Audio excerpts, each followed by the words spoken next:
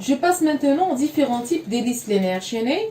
Je commence par le premier type qui s'appelle les listes simplement chaînées. Donc nous avons les types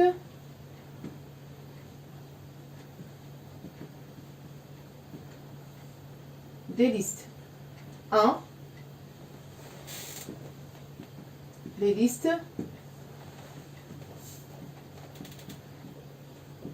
simplement chaînées. Dans ce type, chaque élément de la liste contient une partie information et dans la partie adresse, il contient l'adresse de l'élément suivant. Voici un petit schéma dans lequel nous avons un élément de la liste. Par exemple, c'est le premier élément qui contient une partie information, et nous avons une partie adresse qui pointe sur l'élément suivant. Si j'ai le deuxième élément 2, même chose, il contient une partie info et une partie adresse qui pointe sur l'élément suivant. Si par exemple l'élément suivant possède l'adresse A1 et le deuxième élément l'adresse A2, l'élément suivant de EL1 qui est EL2, là je vais mettre l'adresse de l'élément suivant, c'est-à-dire je vais mettre A2. Donc là, on va avoir une liaison entre les deux éléments à travers cette adresse.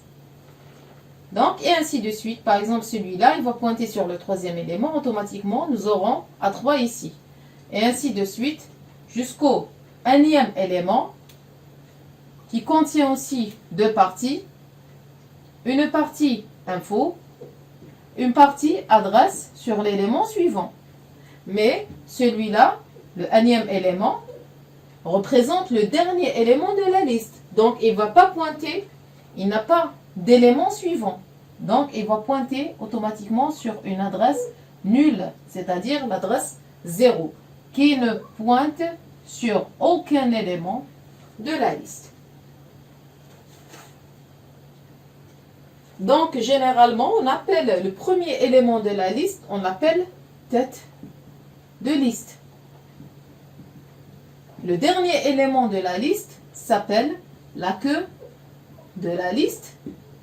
Et tous les éléments de la liste peuvent prendre les noms suivants. On peut les appeler les éléments, on peut les appeler les nœuds, ou bien les maillons, ou bien les cellules. Et vous pouvez trouver des noms en anglais, par exemple, node. D'accord? Donc, vous avez le choix d'utiliser le nom. Restons toujours dans le premier type des listes linéaires chaînées. Il s'agit des listes simplement chaînées. On avait dit que chaque élément de la liste contient deux parties.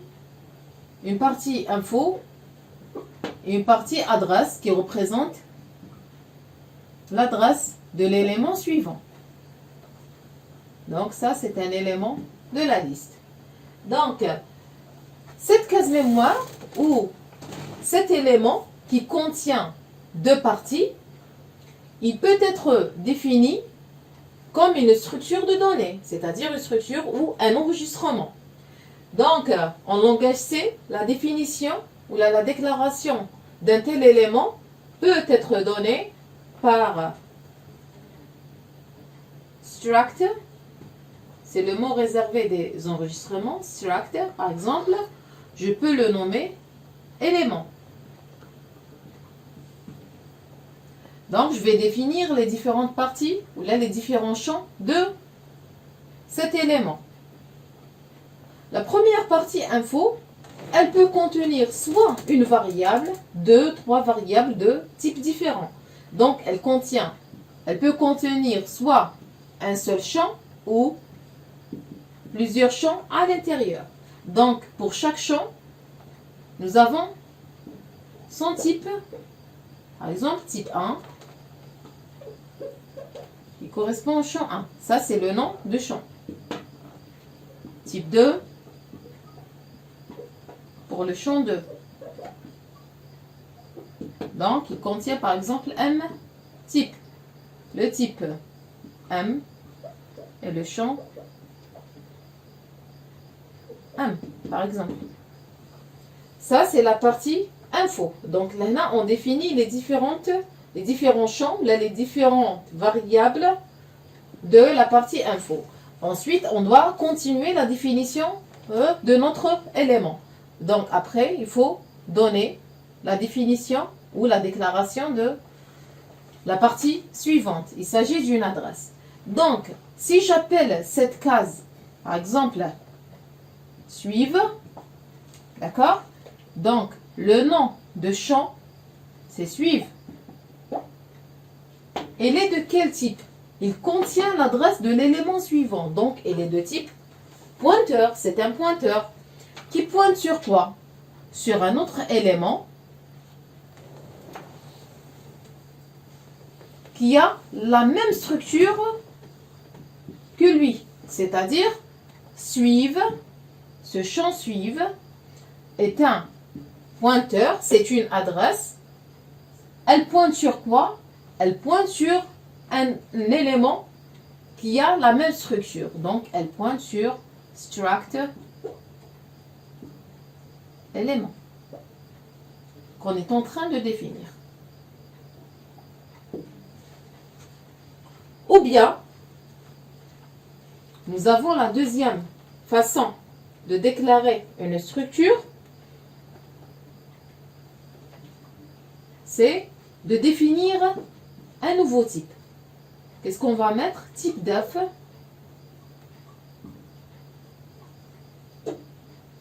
C'est le mot réservé pour définir des nouveaux types. Struct element.